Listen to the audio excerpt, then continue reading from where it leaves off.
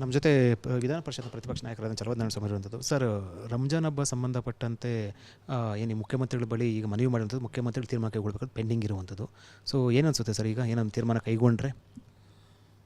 ನೋಡಿ, ಕೆಲವು ಪದ್ಧತಿಗಳಿದೆ ಸರ್ಕಾರ ನಡೆಸಲಿಕ್ಕೆ. ಈ ಪದ್ಧತಿಗಳನ್ನು ಏನಾದರೂ ನೀವು ವೈಲೇಟ್ ಮಾಡಿ ಒಬ್ಬೊಬ್ಬರಿಗೂ ಒಂದೊಂದು ಸವಲತ್ತು ಅವ್ರಿಗೆ ಬೇಕಾದ ರೀತಿಯಲ್ಲಿ ನೀವು ಸವಲತ್ತು ಕೊಡ್ತಾ ಹೋದರೆ ಇದಕ್ಕೆ ಎಂಡಿರೋದಿಲ್ಲ. ಇವತ್ತು ಮುಸಲ್ಮಾನ್ ಬಂಧುಗಳು ಕೇಳಿದ್ರು, ಹಿಂದೂಗಳು ಗಣೇಶನ ಹಬ್ಬ ಮಾಡೋದಕ್ಕೆ ಯಾರಾದ್ರದ್ದು ಅಡೆತಡೆ ಇತ್ತಾ? ಈಗ ಯಾವ ಮಟ್ಟಕ್ಕೆ ಬಂದಿದೆ ಅಂತಂದರೆ, ಗೌರ್ಮೆಂಟ್ ಲೈಸೆನ್ಸ್ ಕೊಟ್ಟರೆ ಮಾತ್ರ ಗಣೇಶ ಇಡಬೇಕು, ಇಲ್ಲ ಅಂತಂದರೆ ಇಲ್ಲ. ಅಂದರೆ ಯಾವ ಮಟ್ಟಕ್ಕೆ ತಂದುಬಿಟ್ಟಿದ್ದೀರಿ? ಇವಕ್ಕೆಲ್ಲ ಕಾರಣ ಏನು? ಆಡಳಿತ ಮಾಡ್ತಕ್ಕಂಥ ಸರ್ಕಾರಗಳು ಮಾಡ್ತಕ್ಕಂಥ ತಪ್ಪುಗಳಿಂದ ಇಂಥವುಗಳೆಲ್ಲ ನಡೀತವೆ. ಕಾನೂನು ಎಲ್ಲರಿಗೂ ಒಂದೇ ಆಗ್ತದೆ. ನೀವು ಅವ್ರಿಗೆ ಹಬ್ಬಕ್ಕಾಗಿ ನೀವು ಸವಲತ್ತನ್ನು ಈ ರೀತಿ ಬದಲಾವಣೆ ಮಾಡೋದಾದರೆ, ಹಿಂದೂಗಳದ್ದು ಕೂಡ ಬಹಳ ಹಬ್ಬಗಳಿವೆ, ಬೇರೆ ಬೇರೆ ಹಿಂದೂಗಳಲ್ಲೇ ಬೇರೆ ಬೇರೆ ರೀತಿಯ ಬೇರೆ ಬೇರೆ ಆಚರಣೆಗಳು ಮಾಡೋರು ಇದ್ದಾರೆ. ಅವರೆಲ್ಲ ಬಂದು ಕೇಳ್ತಾರೆ, ಅವಾಗ ನೀವು ಕೊಡಬೇಕಾಗತ್ತೆ. ಹೌದು, ಇಂಥವೆಲ್ಲಕ್ಕೂ ನೀವು ಎಂಟರ್ಟೈನ್ ಮಾಡಬೇಕಾಗತ್ತೆ. ಮಾಡ್ತೀರಾ? ಕಾನೂನು ಎಲ್ರಿಗೂ ಒಂದೇ ಇರಬೇಕಾ? ಇಡೀ ದೇಶ ಇವತ್ತೇನೋ ಒಂದು ದೇಶ ಒಂದು ಕಾನೂನು ಅನ್ನೋ ಇದಕ್ಕೆ ಮನಸ್ಥಿತಿಗೆ ಬರ್ತಾ ಇರುವಾಗ ನೀವು ಎಲ್ಲರನ್ನೂ ಈ ರೀತಿ ಓಲೈಕೆ ಮಾಡಲಿಕ್ಕೆ ಪ್ರಾರಂಭ ಮಾಡಿದರೆ ಯಾರ್ಯಾರನ್ನ ಓಲೈಕೆ ಮಾಡ್ತೀರಿ ನಾಳೆ ನೀವು? ಇದು ತಪ್ಪಾಗತ್ತೆ. ಅವ್ರು ಕೇಳ್ಬೋದು, ಅದು ಬೇರೆ ವಿಷಯ. ಆದರೆ ಸರ್ಕಾರ ತೀರ್ಮಾನ ತಗೊಳ್ಳುವಾಗ ಯೋಚನೆ ಮಾಡಿ ತಗೊಳ್ಬೇಕು. ಇಂಥವುಗಳಿಗೆಲ್ಲ ಅವಕಾಶ ಕೊಟ್ಟರೆ ಅನಾಹುತಕ್ಕೆ ಎಡೆ ಮಾಡಿಕೊಟ್ಟಂಗೆ ಆಗುತ್ತೆ. ಹಿಂದೂ ಸಂಘಟನೆಗಳು ಅಥವಾ ಹಿಂದೂ ಮುಖಂಡರು ಕೂಡ ಗಣಪತಿ ಹಬ್ಬ, ನವರಾತ್ರಿ ರೀತಿ ಅವರು ಕೂಡ ಸರ್ಕಾರ ರಜೆ ಕೇಳಿದ್ರು ಕೂಡ ಅದು ಒಂದು ವಿಚಾರ, ಒಂದು ಇಕ್ಕಟ್ಟು ಸಿಲ್ಕೋತಲ್ಲ ಸರ್ಕಾರ? ಖಂಡಿತ ಸಿಗುತ್ತೆ. ನೋಡಿ, ಇವತ್ತೇನಾಗತ್ತೆ, ಇವತ್ತು ಕಾನೂನು ವ್ಯವಸ್ಥೆ ಹದಗೆಡಲಿಕ್ಕೆ ಈ ಅತಿಯಾದ ಓಲೈಕೆಯೇ ಕಾರಣ. ನೀವು ಆ ರೀತಿ ಓಲೈಕೆ ಮಾಡಲಿಕ್ಕೆ ಹೋದಾಗ ಅವರಿಗೆ ಬಂದ ಧೈರ್ಯ ಕಲ್ಲುಗಳು ಬಂದು ಪೊಲೀಸ್ ಸ್ಟೇಷನ್ಗಳ ಮೇಲೆ ಬೀಳ್ತಾ ಇವೆ, ಪೊಲೀಸ್ನವರ ತಲೆ ಹೊಡಿತಾ ಇವೆ, ಜೊತೆಗೆ ಬೆಂಕಿ ಹಚ್ಚಲಾಗ್ತಾ ಇದೆ, ಗಾಡಿಗಳನ್ನು ಸುಡಲಾಗ್ತಾ ಇದೆ, ವಾಹನಗಳನ್ನು. ಯಾವ ಕಾರಣಕ್ಕೆ ಇವೆಲ್ಲ ಆಗ್ತಾ ಇರ್ತಕ್ಕಂಥದ್ದು? ಆಮೇಲೆ ಭಯ ಭೀತಿ ಇಲ್ಲದೆ ಮೌಲ್ಯಗಳು ಬೀದಿಯಲ್ಲಿ ನಿಂತು ಭಾಷಣ ಮಾಡಿ ಅವರ ಜನಾಂಗಗಳನ್ನು ಉರಿದುಂಬಿಸಿ ಕಲ್ಲು ತೂರಾಟಕ್ಕೆ ಪ್ರೇರೇಪಣೆ ಮಾಡ್ತಾ ಇದ್ದಾರೆ. ಆದರೆ ಇವಕ್ಕೆಲ್ಲ ನೀವು ಒಂದು ಹತೋಟಿಗೆ ಇಡಬೇಕಂತಂದರೆ ಕಾನೂನು ಸುವ್ಯವಸ್ಥೆಯನ್ನು ಭದ್ರಗೊಳಿಸಬೇಕು. ಜೊತೆಗೆ ಕಾನೂನು ಎಲ್ಲರಿಗೂ ಒಂದೇ ಅನ್ನೋದನ್ನು ನೀವು ಸಾಬೀತುಪಡಿಸಬೇಕು. ಇಲ್ಲ ಅಂತಂದರೆ ಭಾಳ ದೊಡ್ಡ ಗಂಡಾಂತರಗಳನ್ನು ನಾವು ಮುಂದೆ ಎದುರಿಸಬೇಕಾಗ್ತದೆ. ಅದಕ್ಕೆ ಮನ ಬಂದಂತೆ ಇಷ್ಟ ಬಂದಂತೆ ಮಾಡಬಾರ್ದು. ಈಗ ಈ ಕೆಲವು ಮುಸ್ಲಿಂ ಮುಖಂಡರುಗಳು ಹಿಜಾಬನ್ನು ಮತ್ತೆ ಜಾರಿಗೆ ತರಬೇಕು ಶಾಲೆಗಳಲ್ಲಿ ಅಂತ ಹೇಳಿರುವಂಥದ್ದು. ಅಂದರೆ ಸರ್ಕಾರ ಕಾಂಗ್ರೆಸ್ ಇದೆ, ತರಬೇಕು ನೀವು ಅದಕ್ಕೆ ಅಂತ ಹೇಳಿರುವಂಥದ್ದು. ಸರ್ಕಾರಕ್ಕೆ ಮನವಿ ಮಾಡಿರೋದು ಏನು ಹೇಳ್ತೀವಿ? ನೋಡಿ, ಯಾವುದೇ ಸರ್ಕಾರ ಒಂದು ಧರ್ಮಕ್ಕಾಗಲಿ ಒಂದು ಸಮುದಾಯಕ್ಕಾಗಲಿ ಬರಲ್ಲ. ಇದನ್ನು ಅರ್ಥ ಮಾಡ್ಕೊಳ್ಬೇಕು ಮೊದಲು. ಕಾಂಗ್ರೆಸ್ ಇದೆ, ನಮಗೆ ಹಿಜಾಬ್ ವಾಪಸ್ ನೀವು ಇಂಟ್ರೊಡ್ಯೂಸ್ ಮಾಡಿ ಅಂತಂದರೆ ಮಾಡೋಕ್ಕೆ ಬರೋದಿಲ್ಲ. ನೀವು ಮಾಡಿದ ತಕ್ಷಣವೇ ಏನಾಯಿತು? ಲಾಸ್ಟ್ ಟೈಮ್ ಮಾಡಿದ್ರಿ, ಹಿಜಾಬ್ ಹಾಕ್ಕೊಂಡು ಕೆಲವರು ಬಂದಿದ್ದಕ್ಕೆ ಏನಾಯಿತು? ಕೇಸರಿ ಟವಲ್ಗಳನ್ನು ಹಾಕ್ಕೊಂಡು ಕೆಲವರು ಬಂದರು, ಶಾಲ್ಗಳನ್ನು ಹಾಕ್ಕೊಂಡು. ತಡೀಲಿಕ್ಕೆ ನಿಮಗಾಗತ್ತಾ? ಅದಾಗೋದಿಲ್ಲ. ಯಾಕಂದರೆ ನೀವು ಒಬ್ಬರಿಗೆ ಒಂದು ಕಣ್ಣಿಗೆ ಸುಣ್ಣ, ಒಂದು ಕಣ್ಣಿಗೆ ಬೆಣ್ಣೆ ಇಡಲಿಕ್ಕೆ ಸಾಧ್ಯ ಇಲ್ಲ. ಅದರಿಂದಾಗಿ ಇಂಥ ಅಚಾತುರ್ಯಗಳಿಗೆ ಸರ್ಕಾರ ಮಣೆ ಹಾಕಬಾರ್ದು. ಸುಪ್ರೀಂ ಕೋರ್ಟಲ್ಲಿ ಕೂಡ ಈಗ ಆಲ್ರೆಡಿ ಹಿಜಾಬ್ ವಿಚಾರ ಇರುವಂಥದ್ದು. ನೋಡಿ, ಸುಪ್ರೀಂ ಕೋರ್ಟ್ ತೀರ್ಮಾನ ಏನೇ ಬಂದರೂ ನಾವು ಗೌರವಿಸಬೇಕು. ಯಾಕಂದರೆ ನಮ್ಮ ನೆಲದ ಕಾನೂನನ್ನು ಎತ್ತಿ ಹಿಡಿಯತಕ್ಕಂಥ ಒಂದು ಅದು ಸಂಸ್ಥೆ, ಅವರನ್ನು ನಾವು ಗೌರವಿಸಬೇಕಾಗ್ತದೆ. ಅಲ್ಲಿ ಬರಲಿ, ಅದೇನು ಬರ್ತದೋ ಆಮೇಲೆ ಯೋಚನೆ ಮಾಡೋಣ. ಅದಕ್ಕೆ ಪೆಂಡಿಂಗ್ ಇರಬೇಕಾದ್ರೆ ಈ ರೀತಿ ಡಿಮ್ಯಾಂಡ್ ಮಾಡೋದು ಸರಿ ಇಲ್ವಾ? ಅಲ್ಲ, ಡಿಮ್ಯಾಂಡ್ ಮಾಡಿದ್ದೂ ಸರಿ ಇಲ್ಲ, ಇವರು ಅದನ್ನು ಅಕ್ಸೆಪ್ಟ್ ಮಾಡೋದು ಸರಿ ಇಲ್ಲ, ಮಾಡಬಾರ್ದು.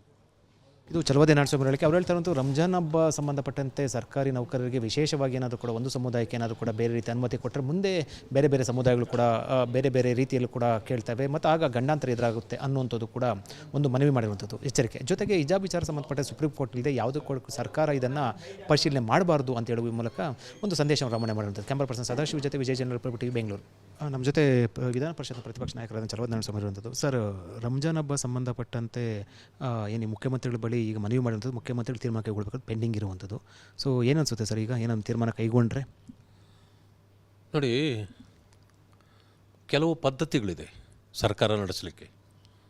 ಈ ಪದ್ಧತಿಗಳನ್ನು ಏನಾದರೂ ನೀವು ವೈಲೇಟ್ ಮಾಡಿ ಒಬ್ಬೊಬ್ಬರಿಗೆ ಒಂದೊಂದು ಸವಲತ್ತು ಅವ್ರಿಗೆ ಬೇಕಾದ ರೀತಿಯಲ್ಲಿ ನೀವು ಸವಲತ್ತು ಕೊಡ್ತಾ ಹೋದರೆ ಇದಕ್ಕೆ ಎಂಡಿರೋದಿಲ್ಲ. ಇವತ್ತು ಮುಸಲ್ಮಾನ್ ಬಂಧುಗಳು ಕೇಳಿದ್ರು, ಹಿಂದೂಗಳು ಗಣೇಶನ ಹಬ್ಬ ಮಾಡೋದಕ್ಕೆ ಯಾರಾದ್ರದ್ದು ಅಡೆತಡೆ ಇತ್ತಾ? ಈಗ ಯಾವ ಮಟ್ಟಕ್ಕೆ ಬಂದಿದೆ ಅಂತಂದರೆ ಗೌರ್ಮೆಂಟ್ ಲೈಸೆನ್ಸ್ ಕೊಟ್ಟರೆ ಮಾತ್ರ ಗಣೇಶ ಇಡಬೇಕು, ಇಲ್ಲ ಅಂತಂದರೆ ಇಲ್ಲ. ಅಂದರೆ ಯಾವ ಮಟ್ಟಕ್ಕೆ ತಂದುಬಿಟ್ಟಿದ್ದೀರಿ? ಇವಕ್ಕೆಲ್ಲ ಕಾರಣ ಏನು? ಆಡಳಿತ ಮಾಡ್ತಕ್ಕಂಥ ಸರ್ಕಾರಗಳು ಮಾಡ್ತಕ್ಕಂಥ ತಪ್ಪುಗಳಿಂದ ಇಂಥವುಗಳೆಲ್ಲ ನಡೀತವೆ. ಕಾನೂನು ಎಲ್ಲರಿಗೂ ಒಂದೇ ಆಗ್ತದೆ. ನೀವು ಅವ್ರಿಗೆ ಹಬ್ಬಕ್ಕಾಗಿ ನೀವು ಸವಲತ್ತನ್ನು ಈ ರೀತಿ ಬದಲಾವಣೆ ಮಾಡೋದಾದರೆ, ಹಿಂದೂಗಳದ್ದು ಕೂಡ ಬಹಳ ಹಬ್ಬಗಳಿವೆ, ಬೇರೆ ಬೇರೆ ಹಿಂದೂಗಳಲ್ಲೇ ಬೇರೆ ಬೇರೆ ರೀತಿಯ ಬೇರೆ ಬೇರೆ ಆಚರಣೆಗಳು ಮಾಡೋರಿದ್ದಾರೆ. ಅವರೆಲ್ಲ ಬಂದು ಕೇಳ್ತಾರೆ, ಅವಾಗ ನೀವು ಕೊಡಬೇಕಾಗತ್ತೆ.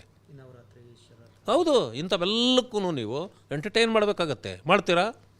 ಕಾನೂನು ಎಲ್ರಿಗೂ ಒಂದೇ ಇರಬೇಕಾ? ಇಡೀ ದೇಶ ಇವತ್ತೇನೋ ಒಂದು ದೇಶ ಒಂದು ಕಾನೂನು ಅನ್ನೋ ಇದಕ್ಕೆ ಮನಸ್ಥಿತಿಗೆ ಬರ್ತಾ ಇರುವಾಗ ನೀವು ಎಲ್ಲರನ್ನೂ ಈ ರೀತಿ ಓಲೈಕೆ ಮಾಡಲಿಕ್ಕೆ ಪ್ರಾರಂಭ ಮಾಡಿದರೆ ಯಾರ್ಯಾರನ್ನ ಓಲೈಕೆ ಮಾಡ್ತೀರಿ ನಾಳೆ ನೀವು? ಇದು ತಪ್ಪಾಗತ್ತೆ. ಅವ್ರು ಕೇಳ್ಬೋದು, ಅದು ಬೇರೆ ವಿಷಯ. ಆದರೆ ಸರ್ಕಾರ ತೀರ್ಮಾನ ತಗೊಳ್ಳುವಾಗ ಯೋಚನೆ ಮಾಡಿ ತಗೊಳ್ಬೇಕು. ಇಂಥವುಗಳಿಗೆಲ್ಲ ಅವಕಾಶ ಕೊಟ್ಟರೆ ಅನಾಹುತಕ್ಕೆ ಎಡೆ ಮಾಡಿಕೊಟ್ಟಂಗೆ ಆಗುತ್ತೆ. ಹಿಂದೂ ಸಂಘಟನೆಗಳು ಅಥವಾ ಹಿಂದೂ ಮುಖಂಡರು ಕೂಡ ಗಣಪತಿ ಹಬ್ಬ, ನವರಾತ್ರಿ ರೀತಿ ಅವರು ಕೂಡ ಸರ್ಕಾರ ರಜೆ ಕೇಳಿದ್ರು ಕೂಡ ಅದು ಒಂದು ವಿಚಾರ, ಒಂದು ಇಕ್ಕಟ್ಟಿಗೆ ಸಿಲ್ಕೋತಲ್ಲ ಸರ್ಕಾರ. ಖಂಡಿತ ಸಿಗುತ್ತೆ. ನೋಡಿ, ಇವತ್ತೇನಾಗತ್ತೆ, ಇವತ್ತು ಕಾನೂನು ವ್ಯವಸ್ಥೆ ಹದಗೆಡಲಿಕ್ಕೆ ಈ ಅತಿಯಾದ ಓಲೈಕೆನೇ ಕಾರಣ. ನೀವು ಆ ರೀತಿ ಓಲೈಕೆ ಮಾಡಲಿಕ್ಕೆ ಹೋದಾಗ ಅವರಿಗೆ ಬಂದ ಧೈರ್ಯ ಕಲ್ಲುಗಳು ಬಂದು ಪೊಲೀಸ್ ಸ್ಟೇಷನ್ಗಳ ಮೇಲೆ ಬೀಳ್ತಾ ಇವೆ, ಪೊಲೀಸ್ನವರ ತಲೆ ಹೊಡಿತಾ ಇವೆ, ಜೊತೆಗೆ ಬೆಂಕಿ ಹಚ್ಚಲಾಗ್ತಾ ಇದೆ, ಗಾಡಿಗಳನ್ನು ಸುಡಲಾಗ್ತಾ ಇದೆ, ವಾಹನಗಳನ್ನು. ಯಾವ ಕಾರಣಕ್ಕೆ ಇವೆಲ್ಲ ಆಗ್ತಾ ಇರ್ತಕ್ಕಂಥದ್ದು? ಆಮೇಲೆ ಭಯ ಭೀತಿ ಇಲ್ಲದೆ ಮೌಲ್ಯಗಳು ಬೀದಿಯಲ್ಲಿ ನಿಂತು ಭಾಷಣ ಮಾಡಿ ಅವರ ಜನಾಂಗಗಳನ್ನು ಉರಿದುಂಬಿಸಿ ಕಲ್ಲು ತೂರಾಟಕ್ಕೆ ಪ್ರೇರೇಪಣೆ ಮಾಡ್ತಾಯಿದ್ದಾರೆ. ಆದರೆ ಇವಕ್ಕೆಲ್ಲ ನೀವು ಒಂದು ಹತೋಟಿಗೆ ಇಡಬೇಕಂತಂದರೆ ಕಾನೂನು ಸುವ್ಯವಸ್ಥೆನ ಭದ್ರಗೊಳಿಸಬೇಕು. ಜೊತೆಗೆ ಕಾನೂನು ಎಲ್ಲರಿಗೂ ಒಂದೇ ಅನ್ನೋದನ್ನು ನೀವು ಸಾಬೀತುಪಡಿಸಬೇಕು. ಇಲ್ಲ ಅಂತಂದರೆ ಭಾಳ ದೊಡ್ಡ ಗಂಡಾಂತರಗಳನ್ನು ನಾವು ಮುಂದೆ ಎದುರಿಸಬೇಕಾಗ್ತದೆ. ಅದಕ್ಕೆ ಮನಬಂದಂತೆ ಇಷ್ಟ ಬಂದಂತೆ ಮಾಡಬಾರ್ದು. ಈಗ ಈ ಕೆಲವು ಮುಸ್ಲಿಂ ಮುಖಂಡರುಗಳು ಹಿಜಾಬನ್ನು ಮತ್ತೆ ಜಾರಿಗೆ ತರಬೇಕು ಶಾಲೆಗಳಲ್ಲಿ ಅಂತ ಹೇಳಿರುವಂಥದ್ದು. ಅಂದರೆ ಸರ್ಕಾರ ಕಾಂಗ್ರೆಸ್ ಇದೆ, ತರಬೇಕು ನೀವು ಅದಕ್ಕೆ ಅಂತ ಹೇಳಿರುವಂಥದ್ದು. ಸರ್ಕಾರಕ್ಕೆ ಮನವಿ ಮಾಡಿರೋದು ಏನು ಹೇಳ್ತೀವಿ? ನೋಡಿ, ಯಾವುದೇ ಸರ್ಕಾರ ಒಂದು ಧರ್ಮಕ್ಕಾಗಲಿ ಒಂದು ಸಮುದಾಯಕ್ಕಾಗಲಿ ಬರಲ್ಲ. ಇದನ್ನು ಅರ್ಥ ಮಾಡ್ಕೊಳ್ಬೇಕು ಮೊದಲು. ಕಾಂಗ್ರೆಸ್ ಇದೆ, ನಮಗೆ ಹಿಜಾಬ್ ವಾಪಸ್ ನೀವು ಇಂಟ್ರೊಡ್ಯೂಸ್ ಮಾಡಿ ಅಂತಂದರೆ ಮಾಡೋಕ್ಕೆ ಬರೋದಿಲ್ಲ. ನೀವು ಮಾಡಿದ ತಕ್ಷಣವೇ ಏನಾಯಿತು? ಲಾಸ್ಟ್ ಟೈಮ್ ಮಾಡಿದ್ರಿ, ಹಿಜಾಬ್ ಹಾಕ್ಕೊಂಡು ಕೆಲವರು ಬಂದಿದ್ದಕ್ಕೆ ಏನಾಯಿತು? ಕೇಸರಿ ಟವಲ್ಗಳನ್ನು ಹಾಕ್ಕೊಂಡು ಕೆಲವರು ಬಂದರು, ಶಾಲ್ಗಳನ್ನು ಹಾಕ್ಕೊಂಡು. ತಡೀಲಿಕ್ಕೆ ನಿಮಗಾಗತ್ತಾ? ಅದಾಗೋದಿಲ್ಲ. ಯಾಕಂದರೆ ನೀವು ಒಬ್ಬರಿಗೆ ಒಂದು ಕಣ್ಣಿಗೆ ಸುಣ್ಣ, ಒಂದು ಕಣ್ಣಿಗೆ ಬೆಣ್ಣೆ ಇಡಲಿಕ್ಕೆ ಸಾಧ್ಯ ಇಲ್ಲ. ಅದರಿಂದಾಗಿ ಇಂಥ ಅಚಾತುರ್ಯಗಳಿಗೆ ಸರ್ಕಾರ ಮಣೆ ಹಾಕಬಾರ್ದು. ಸುಪ್ರೀಂ ಕೋರ್ಟಲ್ಲಿ ಕೂಡ ಈಗ ಆಲ್ರೆಡಿ ಹಿಜಾಬ್ ವಿಚಾರ ಇರುವಂಥದ್ದು. ನೋಡಿ, ಸುಪ್ರೀಂ ಕೋರ್ಟ್ ತೀರ್ಮಾನ ಏನೇ ಬಂದರೂ ನಾವು ಗೌರವಿಸಬೇಕು. ಯಾಕಂದರೆ ನಮ್ಮ ನೆಲದ ಕಾನೂನನ್ನು ಎತ್ತಿ ಹಿಡಿಯತಕ್ಕಂಥ ಒಂದು ಅದು ಸಂಸ್ಥೆ, ಅವರನ್ನು ನಾವು ಗೌರವಿಸಬೇಕಾಗ್ತದೆ. ಅಲ್ಲಿ ಬರಲಿ, ಅದೇನು ಬರ್ತದೋ ಆಮೇಲೆ ಯೋಚನೆ ಮಾಡೋಣ. ಅದಕ್ಕೆ ಪೆಂಡಿಂಗ್ ಇರಬೇಕಾದ್ರೆ ಈ ರೀತಿ ಡಿಮ್ಯಾಂಡ್ ಮಾಡೋದು ಸರಿ ಇಲ್ವಾ? ಅಲ್ಲ, ಡಿಮ್ಯಾಂಡ್ ಮಾಡಿದ್ದೂ ಸರಿ ಇಲ್ಲ, ಇವರು ಅದನ್ನು ಅಕ್ಸೆಪ್ಟ್ ಮಾಡೋದು ಸರಿ ಇಲ್ಲ, ಮಾಡಬಾರ್ದು.